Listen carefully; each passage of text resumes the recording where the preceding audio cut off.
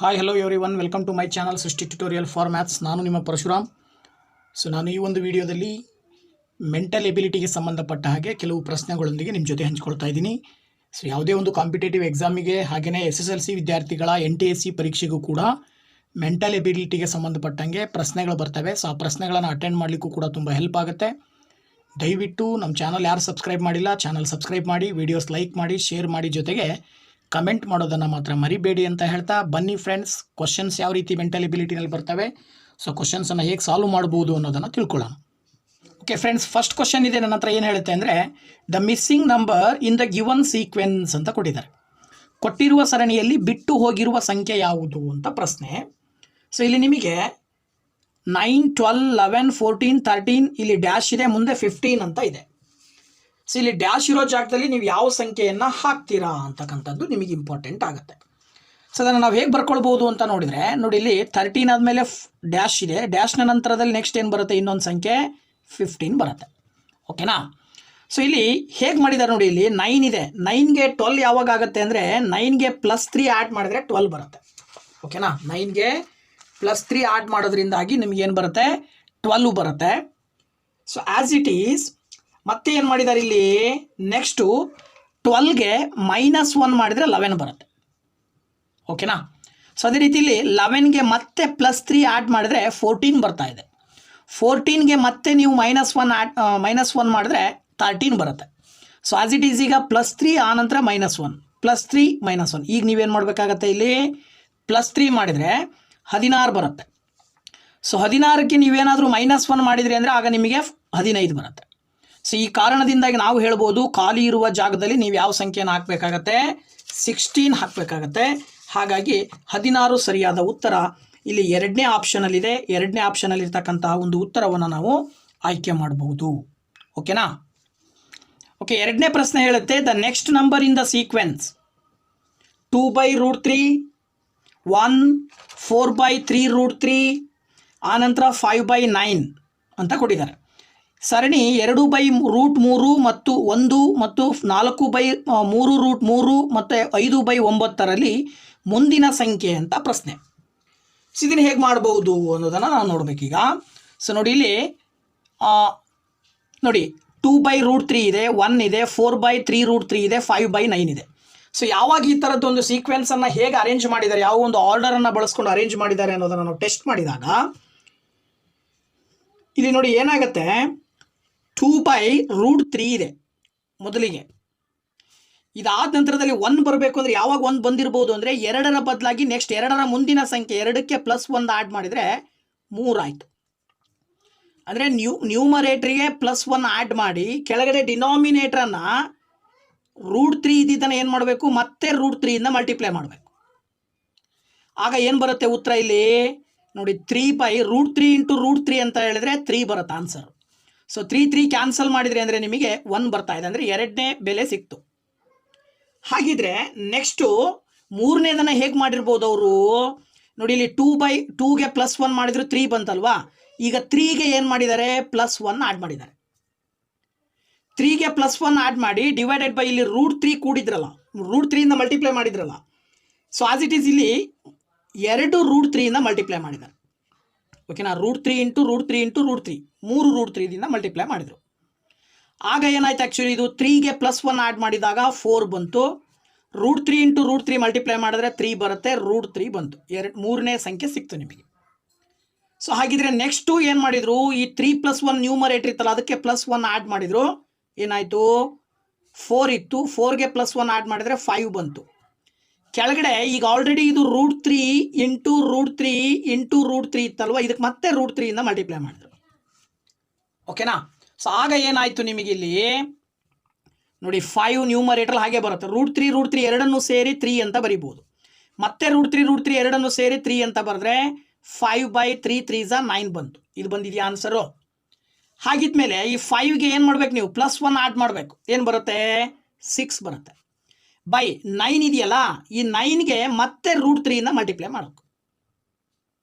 ಈಗ ಏನಾಗುತ್ತೆ, 3 2 6, 3 3 9. ಅಲ್ಲಿ ಏನು ಬಂತು ಆನ್ಸರು, 2/3√3 ಬಂತು. ಈ ಖಾಲಿ ಇರುವ ಜಾಗದಲ್ಲಿ ನೀವೇನು ಹಾಕಬೇಕಾಗತ್ತೆ, 2/3√3 ಹಾಕಬೇಕಾಗತ್ತೆ. ಯಾವುದು? 2/3√3. ಹಾಗಾಗಿ 2/3√3 ಆಪ್ಷನ್ 3ನಲ್ಲಿ ಇರ್ತಕ್ಕಂಥ ಆನ್ಸರ್ ಸರಿಯಾಗಿರುತ್ತೆ ಎರಡನೇ ಪ್ರಶ್ನೆಗೆ. ಓಕೆನಾ ಫ್ರೆಂಡ್ಸ್? ಓಕೆ, ಮೂರನೇ ಪ್ರಶ್ನೆ ನೋಡಿ. The next number in the sequence 2, 6, 12, 20, 30, 42 is dash ಅಂತ ಕೊಟ್ಟಿದ್ದಾರೆ. ಅಂದರೆ ಸರಣಿ 2, 6, 12, 20, 30, 42ರಲ್ಲಿ ಮುಂದಿನ ಸಂಖ್ಯೆ ಯಾವುದು ಅಂತ ಪ್ರಶ್ನೆ. ಸೊ ಇದನ್ನು ಹೇಗೆ ಕಂಡುಹಿಡಿತೀರಾ ಅಂತಕ್ಕಂಥದ್ದನ್ನು ನಾವು ನೋಡೋದಾದರೆ, ನೋಡಿ ಇಲ್ಲಿ ಕೊಟ್ಟಿರುವ ಸರಣಿಯನ್ನು ಹೇಗೆ ಟ್ರೈ ಮಾಡಿದ್ದಾರೆ ಅಂತ ಹೇಳಿದ್ರೆ, ಇಲ್ಲಿ ಮೊದಲನೇ ಸಂಖ್ಯೆ 2 ಇದೆ. 2ಕ್ಕೆ +4 ಕೂಡಿದರೆ ಎರಡನೇ ಸಂಖ್ಯೆ ಸಿಕ್ತು. ಹಾಗೆ ಎರಡನೇ ಸಂಖ್ಯೆ 6 ಇದೆ. 6ಕ್ಕೆ +6 ಕೂಡಿದ್ರು 12 ಬಂತು. ಅಂದರೆ 4 ಇದ್ದಿದ್ದು +2 ಜಾಸ್ತಿ ಮಾಡ್ತಾ ಬಂದರು. ಹಾಗಿದ್ಮೇಲೆ ಇಲ್ಲಿ 12 ಇದೆಯಲ್ಲ, 12ಕ್ಕೆ ನೀವು ಇದ್ರ ಪ್ರಕಾರ 4ಕ್ಕೆ 4 ಇದ್ದಿದ್ದು 6 ಮಾಡಿದ್ದಾರೆ ಅಂದರೆ ಇಲ್ಲಿ ಏನು ಮಾಡ್ಬೇಕು ನೀವು? 2 ಜಾಸ್ತಿ ತೊಗೊಂಡ್ರೆ 8. ಸೊ 12ಕ್ಕೆ 8 ಕೂಡಿದರೆ 20 ಬಂತಾ? ಅದೇ ರೀತಿಯೇ 20ಕ್ಕೆ 10 ಕೂಡಿದರೆ 30 ಬಂತಾ? ಸೊ ಆಸ್ ಇಟ್ ಈಸ್ 30ಕ್ಕೆ 10ಕ್ಕೆ +2 ಸೇರಿಸಿದರೆ 12. ಸೊ 30ಕ್ಕೆ 12 ಕೂಡಿದರೆ ಏನು ಬರ್ತಾ ಇದೆ? 42. ಸೊ ಆಸ್ ಇಟ್ ಈಸ್ ಈಗ ನೀವು 42ಕ್ಕೆ ಎಷ್ಟು ಸೇರಿಸ್ಬೇಕು? 12ಕ್ಕೆ 2 ಜಾಸ್ತಿ ಮಾಡಿದರೆ 14 ಆಗುತ್ತೆ. ಸೊ ಏನಾಯ್ತು ಅವಾಗ? 56. ಏನು ಬಂತು ಆನ್ಸರ್ ಇಲ್ಲಿ? ಖಾಲಿ ಇರೋ ಜಾಗದಲ್ಲಿ ಏನು ಬರೀಬೇಕಾಗತ್ತೆ ನೀವು? 56 ಅಂತ ಬರೀಬೇಕಾಗತ್ತೆ, 56. ಸೊ ದಟ್ ಮೂರನೇ ಆಪ್ಷನಲ್ಲಿ ಒಂದು ಉತ್ತರ ಇದೆ 56 ಅಂತೇಳಿ. ಸೊ 56 ಸರಿಯಾದ ಉತ್ತರ ಆಗುತ್ತೆ. Next fourth question. The next number in the sequence 1/81, 1/54, 1/36, 1/24 is ಅಂತ ಕೊಟ್ಟಿದ್ದಾರೆ. ಸರಣಿ 1/81, 1/54, 1/36, 1/24 ಇದರಲ್ಲಿ ಮುಂದಿನ ಸಂಖ್ಯೆ ಯಾವುದು ಅನ್ನೋ ಪ್ರಶ್ನೆ. ಸೊ ಇದರ ಮುಂದಿನ ಸಂಖ್ಯೆಯನ್ನು ಹೇಗೆ ಕಂಡುಹಿಡಿತೀರಾ ಅಂತಕ್ಕಂಥದ್ದು ತುಂಬ ಇಂಪಾರ್ಟೆಂಟ್ ಆಗುತ್ತೆ. ನೋಡಿ, ಇದನ್ನ ಈ ಸರಣಿಯಲ್ಲಿ ನ್ಯೂಮರೇಟರ್ ಯಾವುದೇ ಬದಲಾವಣೆ ಇಲ್ಲ. ಇಲ್ಲೂ 1 ಇದೆ, ಇಲ್ಲೂ 1 ಇದೆ, 1 1. ಸೊ ಇಲ್ಲೂ ಕೂಡ ನ್ಯೂಮರೇಟರ್ ಏನು ಬರುತ್ತೆ? 1 ಬರುತ್ತೆ. ಈಗ ಡಿನಾಮಿನೇಟ್ರಲ್ಲಿ ಯಾವ ಸಂಖ್ಯೆಯನ್ನು ಹಾಕಬೇಕು ಅನ್ನೋದು ಇಂಪಾರ್ಟೆಂಟು. ಸೊ ಈಗ 81 ಇದೆಯಲ್ಲ, ಈಗ ನೋಡಿ ಇಲ್ಲಿ 81ಅನ್ನು ಇಂಟು 2/3 ಮಾಡಿರಿ, ಏನು ಬರುತ್ತೆ ಉತ್ತರ? ನೋಡಿ, 3ರಿಂದ 81ಅನ್ನು ಭಾಗಿಸಿದ್ರೆ 3 2 6, 3 7 21. ಸೊ 27 ಇಂಟು 2 ಮಾಡಿದ್ರೆ 54 ಬರ್ತಾ ಇದೆ. ನೆಕ್ಸ್ಟ್ 54ಗೂ ಕೂಡ ನೀವೇನಾದರೂ 2/3ದಿಂದ ಮಲ್ಟಿಪ್ಲೈ ಮಾಡಿದ್ರೆ ಏನು ಬರುತ್ತೆ? ನೋಡಿ, 3 1 3 3 8 24, 18 ಬಂತು. ಸೊ 18 2 ಮಾಡಿದರೆ 18 2 36 ಬರುತ್ತೆ. ಇಲ್ಲಿ 36 ಇದೆಯಾ? ಸೊ ಹಾಗಿದ್ರೆ ಅಲ್ಲಿ ಏನು ಮಾಡಿದ್ದಾರೆ ಅಂದರೆ ಪ್ರತಿ ಸಂಖ್ಯೆನ 2/3ಯಿಂದ ಮಲ್ಟಿಪ್ಲೈ ಮಾಡಿ ಬರಿತಾ ಹೋಗಿದ್ದಾರೆ. ಸೊ ಅದ್ರ ಪ್ರಕಾರ ನೀವು ನೆಕ್ಸ್ಟ್ ಸಂಖ್ಯೆ ಏನಿದೆ 36. ಸೊ 36ನು ಕೂಡ 2/3 ಮಾಡಿದರೆ ಅದೇನು ಬರುತ್ತೆ? 24 ಬರುತ್ತೆ. ನೋಡಿ, 3 1 3 1 3 2 12 2 24. ಸೊ ಆ್ಯಸ್ ಇಟ್ ಈಸ್ ನೀವು 24ನ ಇಂಟು 2/3 ಮಾಡಿದ್ರೆ ಏನು ಬರುತ್ತೆ?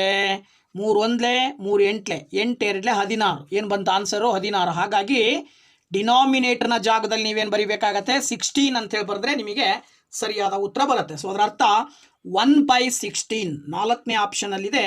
1/16 ಸರಿಯಾದ ಉತ್ತರ. ಓಕೆನಾ ಫ್ರೆಂಡ್ಸ್? ಓಕೆ, 5ನೇ ಪ್ರಶ್ನೆ ನೋಡಿ. In how many of the 3 digit numerals 8 appears only once ಅಂತ ಕೊಟ್ಟಿದ್ದಾರೆ. 8 ಎಂಬ ಅಂಕಿಯು ಒಂದೇ ಒಂದು ಬಾರಿ ಬರುವ 3 ಅಂಕೆಯ ಎಷ್ಟು ಸಂಖ್ಯೆಗಳಿವೆ ಅನ್ನೋದು ಪ್ರಶ್ನೆ. ಸೊ ಇದನ್ನು ನಾವು ಹೇಗೆ ಸುಲಭವಾಗಿ ಸಾಲ್ವ್ ಮಾಡ್ಬೋದು ಅಂದರೆ, ಸೊ ನೋಡಿ, 3 ಅಂಕಿಯ ಸಂಖ್ಯೆ ಅಂದರೆ ಇದು ಈ ರೀತಿ ಇರುತ್ತೆ. 3 ಅಂಕಿಯ ಸಂಖ್ಯೆಗಳು, ಇದು ಯೂನಿಟ್ ಪ್ಲೇಸು, ಇದು 10th ಪ್ಲೇಸು, ಇದು 100th ಪ್ಲೇಸು. ಓಕೆನಾ? ಸೊ ಈಗ ನಮ್ಮ ಹತ್ರ ಇರೋ ಸಂಖ್ಯೆಗಳೆಷ್ಟು? 0 ಇಂದ 9 ಅಂಕಿಗಳು, 0 to 9. ಒಟ್ಟು ಅಂಕಿಗಳ ಸಂಖ್ಯೆ 10.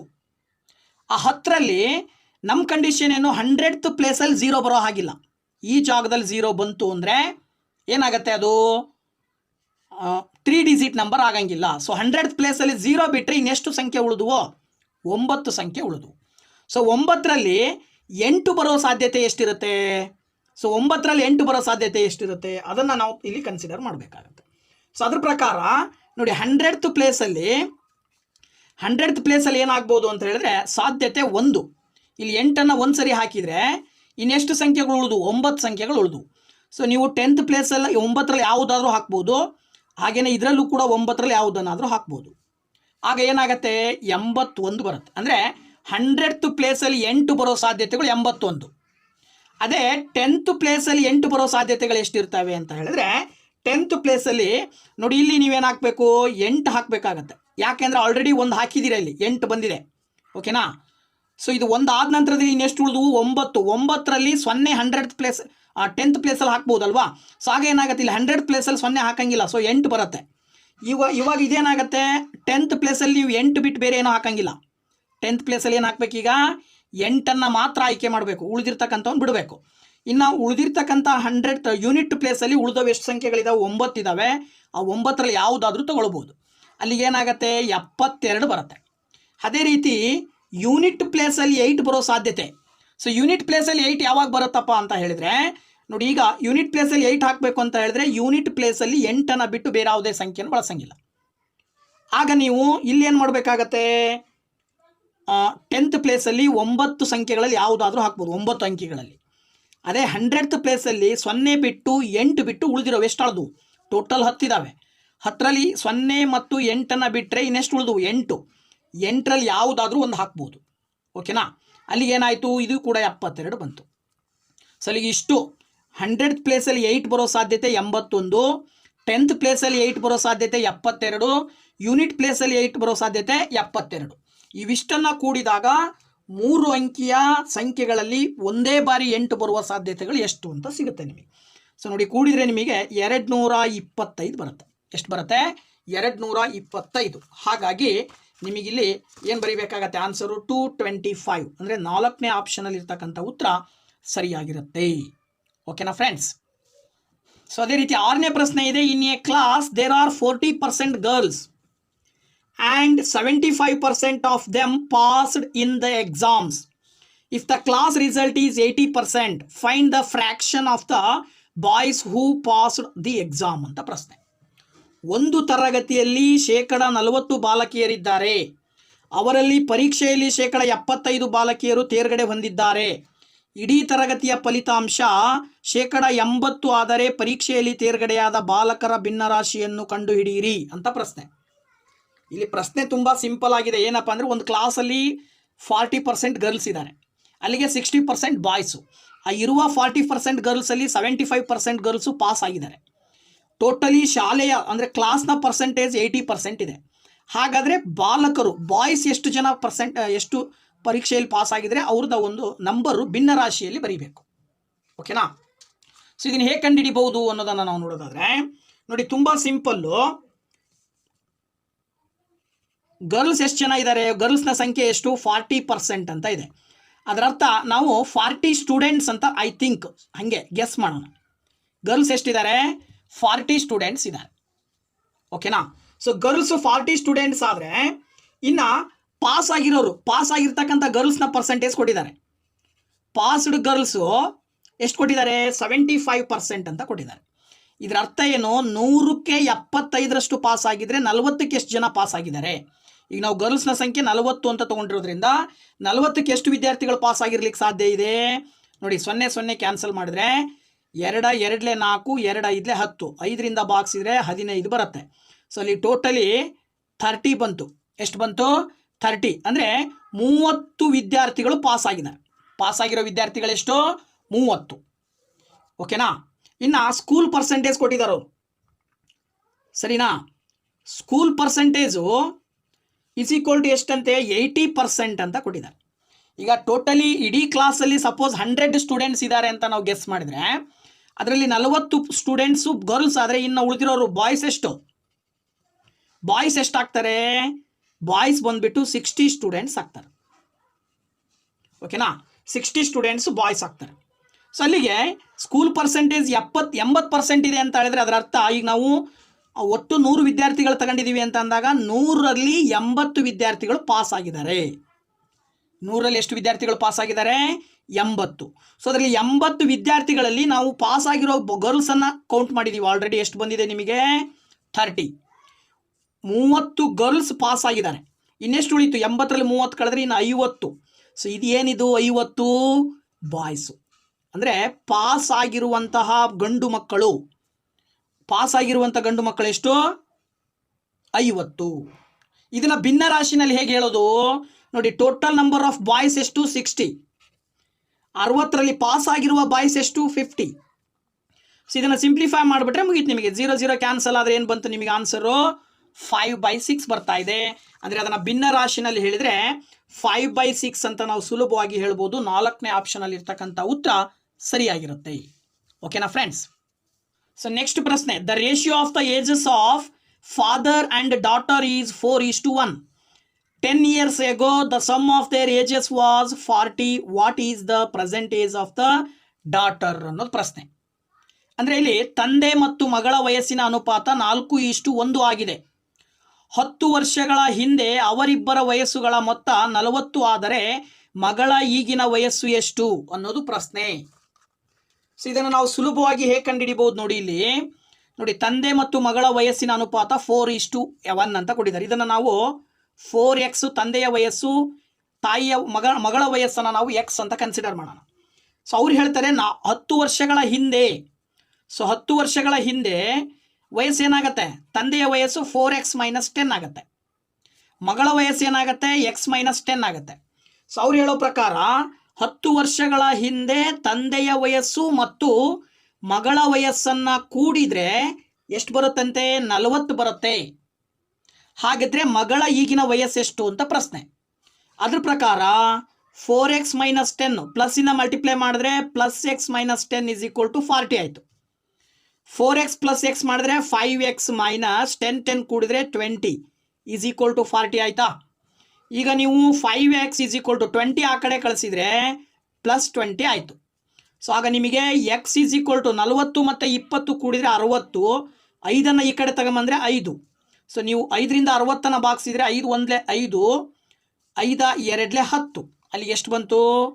12 ಇಯರ್ಸ್ ಬಂತು. ಇದೇನಿದು? ಮಗಳ ವಯಸ್ಸು. ನಿಮಗೆ ಅವ್ರು ಕೇಳಿರೋದು ಜಸ್ಟ್ ಮಗಳ ವಯಸ್ಸು ಎಷ್ಟು ಅಂತ. ಸೊ ಮಗಳ ವಯಸ್ಸು ಎಷ್ಟು ಬರ್ತಾ ಇದೆ? 12 ವರ್ಷಗಳು. ಸುಲಭವಾಗಿ ಹೇಳ್ಬೋದು. ಓಕೆನಾ? ಓಕೆ ನೋಡಿ, 8ನೇ ಪ್ರಶ್ನೆ ಹೇಳ್ತಾ ಇದೆ, answer the following question based on the sequence of numbers letters given below ಅಂತ ಇದೆ. ಈ ಕೆಳಗೆ ಕೊಟ್ಟಿರುವ ಪ್ರಶ್ನೆಗೆ ಸಂಖ್ಯೆಗಳ ಅಥವಾ ಅಕ್ಷರಗಳ ಸರಣಿಯ ಆಧಾರದ ಮೇಲೆ ಉತ್ತರಿಸಿ ಅಂತ ಪ್ರಶ್ನೆ. ಓಕೆನಾ? ಅಂದರೆ ಇಲ್ಲಿ ಸಂಖ್ಯೆ ಕೊಟ್ಟಿದ್ದಾರೆ, ಸಂಖ್ಯೆಗಳ ಸರಣಿ ಇದೆ. ಈ ಸರಣಿಯನ್ನು ಬಳಸ್ಕೊಂಡು ಕೆಳಗೊಂದು ಕ್ವಶನ್ ಇದೆ. ಏನಪ್ಪ ಪ್ರಶ್ನೆ ಅಂತ ಹೇಳಿದ್ರೆ, if the sum of any 2 consecutive numbers is the very next number, how many times such numbers occur in given sequence ಅಂತ ಪ್ರಶ್ನೆ. ಯಾವುದೇ 2 ಅನುಕ್ರಮ ಸಂಖ್ಯೆಗಳ ಮೊತ್ತವು ಅವುಗಳ ತಕ್ಷಣದ ಮುಂದಿನ ಸಂಖ್ಯೆಯಾದರೆ ಈ ರೀತಿಯ ಎಷ್ಟು ಸಂಖ್ಯೆಗಳು ಕೊಟ್ಟಿರುವ ಸರಣಿಯಲ್ಲಿ ಬರುತ್ತವೆ ಅನ್ನೋದು ಪ್ರಶ್ನೆ. ಯಾವುದೇ 2 ಅನುಕ್ರಮ ಸಂಖ್ಯೆಗಳ ಮೊತ್ತವು, ಇಲ್ಲಿ ಅನುಕ್ರಮ ಸಂಖ್ಯೆಗಳಂದ್ರೆ ಒಂದ್ರ ಪಕ್ಕ ಇರೋದು ಇನ್ನೊಂದು. ಸೊ ಇವೆರಡು ಸಂಖ್ಯೆ ಕೂಡಿದ್ರೆ ಅದರ ನೆಕ್ಸ್ಟ್ ಸಂಖ್ಯೆ ಬರಬೇಕು. ಆ ಥರದ ಎಷ್ಟು ಸಂಖ್ಯೆಗಳಿದಾವೆ ಕಂಡುಹಿಡೀರಿ ಅಂತ ಪ್ರಶ್ನೆ. ಓಕೆನಾ? ಸೊ ಇದನ್ನು ಹೇಗೆ ಕಂಡುಹಿಡಿತೀರಾ ಅಂತಂದರೆ ನೋಡಿ, ಈಗ ಮೊದಲನೇದು 5 3 ಕೂಡಿದ್ರೆ 8 ಬರ್ತಾ ಇದೆ, 1 ಬಂತಲ್ವಾ. ನೆಕ್ಸ್ಟ್ 3 8 ಕೂಡಿದ್ರೆ 1 ಬರಲ್ಲ. 8 1 ಕೂಡಿದ್ರೆ 9 ಬರ್ತಾ ಇದೆ, 2 ಸಂಖ್ಯೆ ಆಯಿತಾ. ನೆಕ್ಸ್ಟ್ 9 7 ಕೂಡಿದ್ರೆ 4 ಬರಲ್ಲ ನೋಡಿ. 4 ನೆಕ್ಸ್ಟ್ 7 4 ಕೂಡಿದ್ರೆ 2 ಬರಲ್ಲ.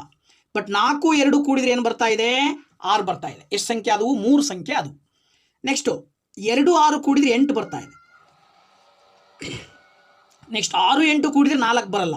ಬಟ್ 4 2 ಕೂಡಿದ್ರೆ 7 ಬರಲ್ಲ. ಹಾಗೆ 2 7 ಕೂಡಿದ್ರೆ 9 ಬರ್ತಾ ಇದೆ ನೋಡಿ ಇಲ್ಲಿ. ಓಕೆನಾ? ಅದೇ ರೀತಿ 7 9 ಕೂಡಿದ್ರೆ 1 ಬರಲ್ಲ. ಬಟ್ 1 2 ಕೂಡಿದ್ರೆ 3 ಬರುತ್ತೆ. ಹಾಗೆ 2 3 ಕೂಡಿದ್ರೆ 4 ಬರಲ್ಲ. 3 4 ಕೂಡಿದ್ರೆ 7 ಬರುತ್ತೆ. ನೆಕ್ಸ್ಟ್ 4 7 ಕೂಡಿದ್ರೆ 2 ಬರಲ್ಲ. 7 2 ಕೂಡಿದ್ರೆ 1 ಬರಲ್ಲ. ಹಾಗೇನೆ 2 1 ಕೂಡಿದ್ರೆ 3 ಬರ್ತದೆ. ನೆಕ್ಸ್ಟ್ 1 3 ಕೂಡಿದ್ರೆ 6 ಬರಲ್ಲ. 3 6 ಕೂಡಿದ್ರೆ 5 ಬರಲ್ಲ. ಹಾಗೇನೆ 6 ಮತ್ತು 5 ಕೂಡಿದ್ರು 1 ಬರಲ್ಲ.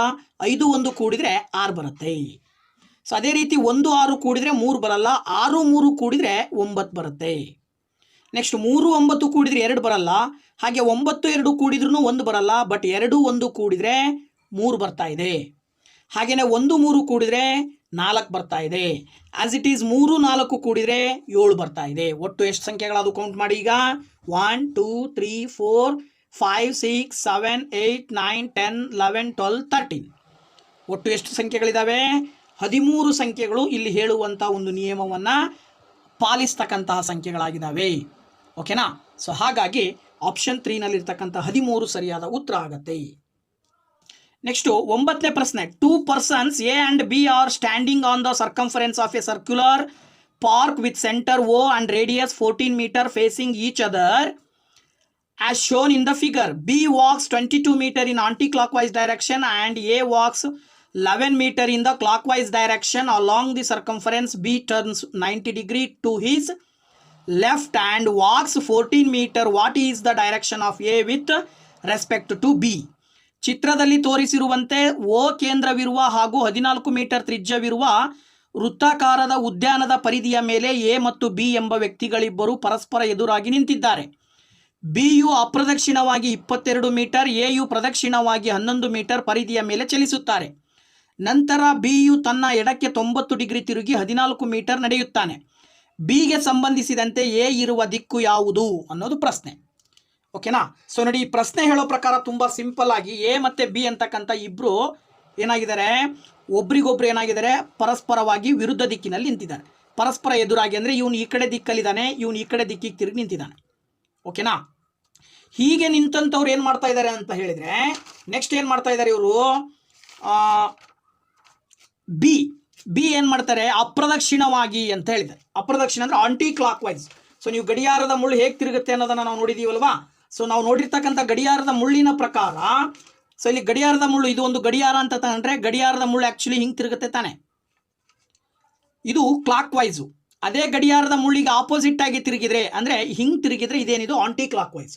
ಸೊ ಅದ್ರ ಪ್ರಕಾರ ಈ ವ್ಯಕ್ತಿ ಏನು ಮಾಡಿದ್ದಾನೆ ಅಂತ ಹೇಳಿದರೆ, ಆಂಟಿ ಕ್ಲಾಕ್ ವೈಸ್ ಡೈರೆಕ್ಷನಲ್ಲಿ ಅಪ್ರದಕ್ಷಿಣವಾಗಿ 22 ಮೀಟರ್ ನೋಡಿ, ಅಪ್ರದಕ್ಷಿಣವಾಗಿ ಅಂದರೆ ಹಿಂಗೆ ಹೋಗ್ತಾ ಇದ್ದಾನೆ ಅಂತ ಅರ್ಥ. ಅವನು ಹಿಂಗಿರ್ತಕ್ಕಂಥ ವ್ಯಕ್ತಿ ಏನು ಮಾಡ್ತಾ ಇದ್ದಾನೆ, ಈ ಥರ ಈ ಪರಿಧಿಯ ಮೇಲೆ ಸುಮಾರು ಎಷ್ಟು ದೂರ ಬಂದ, 22 ಮೀಟ್ರ್ ಬಂದ. ಎಷ್ಟು ಬಂದಿದ್ದಾನೆ ಇವನು, 22 ಮೀಟ್ರ್ ಬಂದ. ಸೊ 22 ಮೀಟ್ರ್ ಬಂದಂಥವನು ನೆಕ್ಸ್ಟ್ ಎ ಏನು ಮಾಡಿದ, ಪ್ರದಕ್ಷಿಣವಾಗಿ. ಸೊ ಪ್ರದಕ್ಷಿಣವಾಗಿ ಅಂತ ಹೇಳಿದರೆ ಇದು ಪ್ರದಕ್ಷಿಣೆ ಅಂದರೆ ಈ ದಿಕ್ಕು. ಸೊ ಈ ದಿಕ್ಕಲ್ಲಿ ಹೋಗಬೇಕು ಅಂದರೆ ಏನಾಗ್ತದೆ, ಇವನು ಹಿಂಗೆ ಹೋಗ್ತಾ ಇದ್ದಾನೆ ಅಂತ. ಎಷ್ಟು ಹೋದ, 11 ಮೀಟರ್ ಎ ಅಂತಕ್ಕಂಥ ವ್ಯಕ್ತಿ ಮುಂದಕ್ಕೆ ಪಾಸ್ ಆಗಿದ್ದಾನೆ. ಓಕೆನಾ. ಸೊ ಈಗ ಒಟ್ಟು ಪರಿಧಿಯನ್ನು ನಾವು ಕಂಡುಹಿಡ್ಕೊಳ್ಬೇಕು ಫಸ್ಟು. ಸೊ ವೃತ್ತದ ಪರಿಧಿ ಕಂಡುಹಿಡಿಲಿಕ್ಕೆ ಸೂತ್ರ ಬರುತ್ತೆ 2πr ಅಂತ ಹೇಳಿ. ಸೊ ಅವ್ರು ಹೇಳೋ ಪ್ರಕಾರ 2 × π ಅಂದರೆ 22/7. ರೇಡಿಯಸ್ ತ್ರಿಜ್ಯ ಎಷ್ಟು ಅಂತ ಕೊಟ್ಟಿದ್ದಾರೆ, 14 ಅಂತೆ. ಸೊ 7 1 7 2 ಮಾಡಿದರೆ 2 2 4 × 22 ಮಾಡಿದರೆ 4 2 8 4 2 8 88 ಮೀಟ್ರ್ ಒಟ್ಟು ಪರಿಧಿ. ಸೊ 88 ಮೀಟರನ್ನು ಸಪೋಸ್ ನಾವು 4 ಮೀಟ್ರಿಂದ ಡಿವೈಡ್ ಮಾಡಿದ್ರೆ ಕ್ವಾಡ್ರೆಂಟ್ ಕಂಡುಹಿಡಿದ್ರೆ ಏನು ಬರುತ್ತೆ, 22 ಬರುತ್ತೆ. ಸೊ ಹಾಗಾಗಿ ಇಲ್ಲಿ 22 ಮೀಟ್ರ್ ಬಂದಿದ್ದಾನೆ ಅಂದರೆ ವೃತ್ತದ ಅರ್ಧ ಭಾಗಕ್ಕೆ ಬಂದಿದ್ದಾನೆ ಅಂತ. ಸೊ ಇಲ್ಲಿಂದ ಏನು ಮಾಡ್ತಾನೆ ಅವನು, ಮತ್ತೆ ಬಲಕ್ಕೆ ತಿರುಗಿ ತನ್ನ ಬಲಕ್ಕೆ 90 ಡಿಗ್ರಿ ತಿರುಗ್ತಾನಂತವನು. ಸೊ ತನ್ನ ಬಲಕ್ಕೆ ತಿರುಗಿ 14 ಮೀಟ್ರ್ ಬಂದ. 14 ಮೀಟ್ರ್ ಬಂದಿದ್ದಾನೆ ಅಂದರೆ ವೃತ್ತದ ತ್ರಿಜ್ಯ 14 ಮೀಟ್ರ್ ಕೊಟ್ಟಿರೋದ್ರಿಂದ ವೃತ್ತದ ಕೇಂದ್ರಕ್ಕೆ ಬಂದಿದ್ದಾನೆ, ಸೆಂಟ್ರ್ ಪಾಯಿಂಟಿಗೆ ಬಂದಿದ್ದಾನೆ ಈಗ ಅವನು. ಯಾರು, ಬಿ ಎಲ್ಲಿದ್ದಾನೆ, ಸೆಂಟ್ರ್ ಪಾಯಿಂಟಲ್ಲಿ ಇಲ್ಲಿದ್ದಾನೆ ಈಗ ಬಿ. ನೆಕ್ಸ್ಟು ಇವನು ಎಲ್ಲಿದ್ದಾನೆ, ಇಲ್ಲಿದ್ದಾನೆ. ಸೊ ನೋಡಿ 22 ಅರ್ಧ ಅಂದರೆ 11 ಅಂದರೆ ನಾವು ಇಲ್ಲೊಂದು ಅಡ್ಡ ಲೈನ್ ಹಾಕ್ಬೋದು. ಸೊ ಇದ್ರ ಪ್ರಕಾರ ನಮಗೆ ಗೊತ್ತಿರುವಂತಹ ಒಂದು ಡೈರೆಕ್ಷನ್ಸನ್ನು ನಾವು ನೋಡೋದಾದರೆ, ಇದು ಪೂರ್ವ, ಇದು ಪಶ್ಚಿಮ, ಇದು ಉತ್ತರ, ಇದು ಉತ್ತರ, ಇದು ಯಾವುದು, ಇದು ದಕ್ಷಿಣ, ಹಾಗೆಯೇ ಇದೇನಿದು ಪಶ್ಚಿಮ. ಇದ್ರ ಪ್ರಕಾರ ಕನ್ಸಿಡರ್ ಮಾಡಿದ್ರೆ ಪಶ್ಚಿಮ ಮತ್ತು ಉತ್ತರ ಇವೆರಡರ ಮಧ್ಯೆ ಯಾವ ದಿಕ್ಕು ಬರುತ್ತೆ, ವಾಯುವ್ಯ ದಿಕ್ಕು ಬರುತ್ತೆ. ಯಾವ ದಿಕ್ಕು ಬರುತ್ತೆ, ವಾಯುವ್ಯ ದಿಕ್ಕು. ಸೊ ಈಗ ಎ ಮತ್ತು ಬಿಗೆ ಕಂಪೇರ್ ಮಾಡಿದರೆ ಇವರಿಬ್ಬರು ಯಾವ ದಿಕ್ಕಿನಲ್ಲಿದ್ದಾರೆ ಅಂದರೆ, ಇವನು ಸೆಂಟ್ರಲ್ಲಿದ್ದಾನೆ ಬಿ, ಎ ಅಂತಕ್ಕಂಥವನು ವಾಯುವ್ಯ ದಿಕ್ಕಿನ ಜಾಗದಲ್ಲಿದ್ದಾನೆ, ಈ ಜಾಗದಲ್ಲಿದ್ದಾನೆ ಅಂತ ಅರ್ಥ. ಓಕೆನಾ. ಸೊ ಅವ್ರು ಕೇಳಿರೋದು ಯಾವ ದಿಕ್ಕಿನಲ್ಲಿದ್ದಾರೆ, ದಿಕ್ಕು ಯಾವುದು ಅಂತೇಳಿ. ಅದರ ಪ್ರಕಾರ ನಾವು ಸುಲಭವಾಗಿ ಹೇಳ್ಬೋದು ಯಾವ ದಿಕ್ಕು, ವಾಯುವ್ಯ ಅಂತಕ್ಕಂಥದ್ದನ್ನು ನಾವು ಸುಲಭವಾಗಿ ಬರಿಬೋದು, ನಾರ್ತ್ ವೆಸ್ಟ್. ಓಕೆನಾ. So north west is the right answer.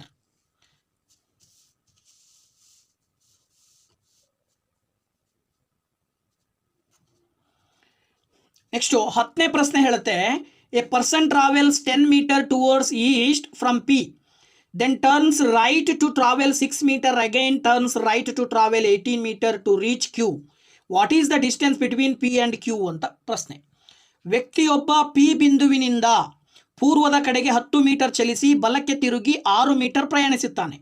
ನಂತರ ಪುನಃ ಬಲಕ್ಕೆ ತಿರುಗಿ 18 ಮೀಟರ್ ಚಲಿಸಿ ಕ್ಯೂ ಬಿಂದುವನ್ನು ತಲುಪುತ್ತಾನೆ.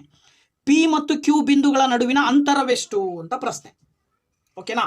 ಸೊ ಇದನ್ನು ನಾವು ಹೇಗೆ ಕಂಡುಹಿಡಿಬಹುದು ಅಂತಕ್ಕಂಥದ್ದನ್ನು ನಾವು ಕನ್ಸಿಡರ್ ಮಾಡಿದ್ರೆ ನೋಡಿ, ಇಲ್ಲಿ ಕ್ವಶನ್ ಹೇಳೋ ಪ್ರಕಾರ ಪ್ರಶ್ನೆ ಏನೇನು ಹೇಳುತ್ತೆ, a person travel 10 metre towards east ಅಂತ ಇದೆ. ಅಂದರೆ ಇಲ್ಲಿ ಒಬ್ಬ ಪರ್ಸನ್ ಎಲ್ಲಿದ್ದಾನೆ, ಈ ಜಾಗದಲ್ಲಿ ಇದ್ದಾನೆ ಅಂತ ಕನ್ಸಿಡರ್ ಮಾಡಿ, ಪಿ. ಓಕೆನಾ? ಸೊ ಈ ಪಿ ಅನ್ನೋ ಪಾಯಿಂಟಿಂದ ಈಸ್ಟ್ ಅಂತ ಹೇಳಿದ್ರೆ ಏನು, ಆ್ಯಕ್ಚುಲಿ ಈಸ್ಟ್ ಅಂದರೆ ಯಾವುದಾಗತ್ತೆ, ಯಾವ ದಿಕ್ಕಾಗತ್ತೆ, ಪೂರ್ವ. ಓಕೆನಾ? ಸೊ ಪೂರ್ವದ ಕಡೆಗೆ, ಅಂದರೆ ಪೂರ್ವದ ಕಡೆಗೆ ಮುಖ ಮಾಡಿ ಹೋಗ್ತಾ ಇದ್ದಾನೆ. ಎಷ್ಟು ಮೀಟರ್ ಹೋದ, 10 ಮೀಟರ್ ಹೋದ. ಇಲ್ಲಿಂದ ನೆಕ್ಸ್ಟ್ ಏನು ಮಾಡ್ತಾನೆ, ಟರ್ನ್ಸ್ ರೈಟ್ ಟು ಟ್ರಾವೆಲ್, ಬಲಭಾಗಕ್ಕೆ ತಿರುಗಿದ. ಬಲಭಾಗಕ್ಕೆ ತಿರುಗಿ 6 ಮೀಟರ್ ಚಲಿಸಿದ. ಎಷ್ಟು ಮೀಟ್ರು, 6 ಮೀಟರ್ ಚಲಿಸಿದಾನೆ. ಅಲ್ಲಿಂದ ಮತ್ತೆ ರೈಟಿಗೆ ತಿರುಗಿ again turns right to travel 18, ಎಷ್ಟು, 18 ಮೀಟರ್ ಟ್ರಾವೆಲ್ ಮಾಡಿದ. ಓಕೆನಾ? ಈಗ ಯಾವ ಜಾಗದಲ್ಲಿ ಇದ್ದಾನೆ ಅವನು, ಕ್ಯೂ ಅನ್ನೋ ಜಾಗದಲ್ಲಿ ಇದ್ದಾನೆ. ಹಾಗಿದ್ರೆ ಪಿ ಮತ್ತು ಕ್ಯೂಗೆ ಇರುವ ಡಿಸ್ಟೆನ್ಸ್ ಎಷ್ಟು ಅಂತ ಕಂಡುಹಿಡಿಬೇಕು. ಸೊ ಈ ಒಂದು ಪಿ ಮತ್ತು ಕ್ಯೂಗೆ ಇರೋ ಡಿಸ್ಟೆನ್ಸನ್ನು ಹೇಗೆ ಕಂಡುಹಿಡಿಬೋದು ಅಂದರೆ ನೋಡಿ, ಇದು 10 ಮೀಟರ್ ಇದೆ ಅಂದರೆ 10 ಮೀಟರ್ಗೆ ನೇರವಾಗಿ ಇಲ್ಲಿಂದ ಒಂದು ಲೈನ್ ಹಾಕಿದ್ರಿ ಅಂದರೆ ಈಗ ಇದು 18 ಮೀಟರ್ ಟೋಟಲ್ ಇರೋದು, ಇದು 10 ಮೀಟರ್ ಆಯಿತು. ಇನ್ನು ಈ ಕಡೆದು ಎಷ್ಟಿರುತ್ತೆ, 8 ಮೀಟರ್ ಇರುತ್ತೆ. ಸೊ 10 8 ಕೂಡಿದ್ರೆ 18 ಬರುತ್ತೆ. ಸೊ ಈಗ ಇಲ್ಲಿ ಲಂಬಕೋನ ತ್ರಿಭುಜ ಫಾರ್ಮೇಷನ್ ಆಗಿದೆ, ರೈಟ್ ಆ್ಯಂಗಲ್ ಫಾರ್ಮೇಷನ್ ಆಗಿದೆ. ಸೊ ಇದು ರೈಟ್ ಆ್ಯಂಗಲ್ ಫಾರ್ಮೇಷನ್ ಆಯಿತು ಅಂತ ಹೇಳಿದ್ರೆ ಪಿ ಕ್ಯೂ ಇದನ್ನೇನಾದರೂ ನೀವು ಆರ್ ಅಂತ ಕನ್ಸಿಡರ್ ಮಾಡಿದ್ರೆ ಪಿ ಕ್ಯೂ ಆರ್ ಅನ್ನೋದು ಒಂದು ರೈಟ್ ಆ್ಯಂಗಲ್ಡ್ ಟ್ರಯಾಂಗಲ್ ಆಗುತ್ತೆ. ಸೊ ಇದು P Q R right angle triangle ಆದರೆ ಪೈಥಾಗೋರಸ್ ಥಿಯರಮ್ನ ಪ್ರಕಾರ, ಪೈಥಾಗೋರಸ್ನ ಪ್ರಮೇಯದ ಪ್ರಕಾರ ವರ್ಗದ ವಿಕರ್ಣದ ಮೇಲಿನ ವರ್ಗವು ಉಳಿದೆರಡು ಬಾಹುಗಳ ವರ್ಗಗಳ ಮೊತ್ತಕ್ಕೆ ಸಮನಾಗಿರುತ್ತದೆ. ಅಂದರೆ square on the hypotenuse is equal to the sum of the squares of other 2 sides. ಅದ್ರ ಪ್ರಕಾರ ಇಲ್ಲಿ ಹೈಪೋಟಿನಸ್ ಯಾವುದು, ಪಿ ಕ್ಯೂ. ಪಿ ಕ್ಯೂನ ಸ್ಕ್ವೇರು ಉಳಿದೆರಡು ಬಾಹುಗಳ ಸ್ಕ್ವೇರ್ ಅಂದರೆ Q R square plus P R ಸ್ಕ್ವೇರ್ಗೆ ಸಮ ಇರುತ್ತೆ. ಅದ್ರ ಪ್ರಕಾರ ನೀವು ಈಗ P Q square, P Q ಕಂಡುಹಿಡಿಬೇಕು. ಸೊ ಕ್ಯೂ ಆರ್ ಅಂದರೆ ಇಲ್ಲಿ 8 ಅಂತ ತಗೊಳ್ತೀರಾ, 8 ಸ್ಕ್ವೇರ್ ಆಗುತ್ತೆ. ಪಿ ಆರ್ ಅಂದರೆ ಇದೆಷ್ಟಿರುತ್ತೆ, ಸೊ ನೋಡಿ ಇದು 6 ಮೀಟರ್ ಇದೆ ಅಂದರೆ ಇದರ ವಿರುದ್ಧ ಬಾಹು ಇದು ಕೂಡ ಏನಿರುತ್ತೆ, 6 ಮೀಟರ್ ಇರುತ್ತೆ. ಸೊ ಇದನ್ನು ನೀವು 6 ಸ್ಕ್ವೇರ್ ಅಂತ ಕನ್ಸಿಡರ್ ಮಾಡಿದ್ರೆ P Q square is equal to 8ಅನ್ನು ಸ್ಕ್ವೇರ್ ಮಾಡಿದ್ರೆ 64 ಬರುತ್ತೆ, 6ಅನ್ನು ಸ್ಕ್ವೇರ್ ಮಾಡಿದ್ರೆ 36 ಬರುತ್ತೆ. ಅಲ್ಲಿಗೆ P Q square is equal to 64 36 ಕೂಡಿದ್ರೆ 100 ಬರುತ್ತೆ. ಸೊ ಇದನ್ನು P Q square is equal to 100ಅನ್ನು 10 ಸ್ಕ್ವೇರ್ ಅಂತ ಹೇಳ್ಬೋದು, ಅಂದರೆ 100ರ ವರ್ಗಮೂಲ 10. ಈಗ ನೀವು ಸ್ಕ್ವೇರ್ ಎರಡು ಕಡೆ ಕ್ಯಾನ್ಸಲ್ ಮಾಡಿದ್ರೆ ಪಿ ಕ್ಯೂನ ಬೆಲೆ ನೇರವಾಗಿ ಸಿಗುತ್ತೆ 10 ಮೀಟರ್. ಸೊ ಪಿ ಕ್ಯೂನ ಬೆಲೆ 10 ಮೀಟರ್ ಅಂತ ನಾವು ಸುಲಭವಾಗಿ ಹೇಳ್ಬೋದು. ಹಾಗಾಗಿ ಮೊದಲನೇ ಆಪ್ಷನಲ್ಲಿದೆ 10 ಮೀಟರ್ ಅಂತೇಳಿ, that is the right answer. ಓಕೆನಾ ಫ್ರೆಂಡ್ಸ್? ಸೊ ಸುಮಾರು 10 ಪ್ರಶ್ನೆಗಳು ಮೆಂಟಲ್ ಎಬಿಲಿಟಿಗೆ ಸಂಬಂಧಪಟ್ಟಂಥ ಪ್ರಶ್ನೆಗಳನ್ನು ನಿಮ್ಮ ಜೊತೆ ಡಿಸ್ಕಷನ್ ಮಾಡಿದ್ದೀನಿ. ಸೊ ಇದೇ ರೀತಿ ಬೇಸಿಕ್ ಮ್ಯಾಥಮೆಟಿಕ್ಸ್, ಮೆಂಟಲ್ ಎಬಿಲಿಟಿಗೆ ಸಂಬಂಧಪಟ್ಟಂಥ ಸಾಕಷ್ಟು ಪ್ರಶ್ನೆಗಳೊಂದಿಗೆ ಮುಂದಿನ ವಿಡಿಯೋದಲ್ಲಿ ನಿಮ್ಮ ಜೊತೆಗೆ ಬರ್ತೀನಿ. ಸೊ ಯಾರ್ಯಾರು ಕಾಂಪಿಟೇಟಿವ್ ಎಕ್ಸಾಮ್ ಬರೀಬೇಕು ಅಂತ ಇಷ್ಟಪಡ್ತೀರೋ ಅವರೆಲ್ಲರೂ ಕೂಡ ದಯವಿಟ್ಟು ವಿಡಿಯೋ ನೋಡಿ ಅದರ ಸದುಪಯೋಗವನ್ನು ಪಡ್ಕೊಳ್ರಿ ಅಂತ ಹೇಳ್ತಾ, ಜೊತೆಗೆ ಇದೇ ಮೊದಲು ನಮ್ಮ ವಿಡಿಯೋ ನೋಡ್ತಾ ಇದ್ದರೆ ದಯವಿಟ್ಟು ನಮ್ಮ ಚಾನಲ್ ಸಬ್ಸ್ಕ್ರೈಬ್ ಮಾಡಿ, ಪಕ್ಕದಲ್ಲಿರೋ ಬೆಲ್ ಐಕನ್ ಕ್ಲಿಕ್ ಮಾಡಿ, ಹಾಗೆಯೇ ಬರ್ತಕ್ಕಂಥ ನೋಟಿಫಿಕೇಷನನ್ನು ಪಡ್ಕೊಂಡು ಎಲ್ಲ ವೀಡಿಯೋಸ್ನ ನೋಡೋದ್ರ ಮೂಲಕ ಅದರ ಒಂದು ಉಪಯೋಗವನ್ನು ಪಡ್ಕೊಳ್ರಿ ಅಂತ ಹೇಳ್ತಾ, once again thank you very much. ಮತ್ತೆ ನಿಮ್ಮ ಭೇಟಿ ಮುಂದಿನ ವಿಡಿಯೋದಲ್ಲಿ. ಬಾಯ್ ಬಾಯ್.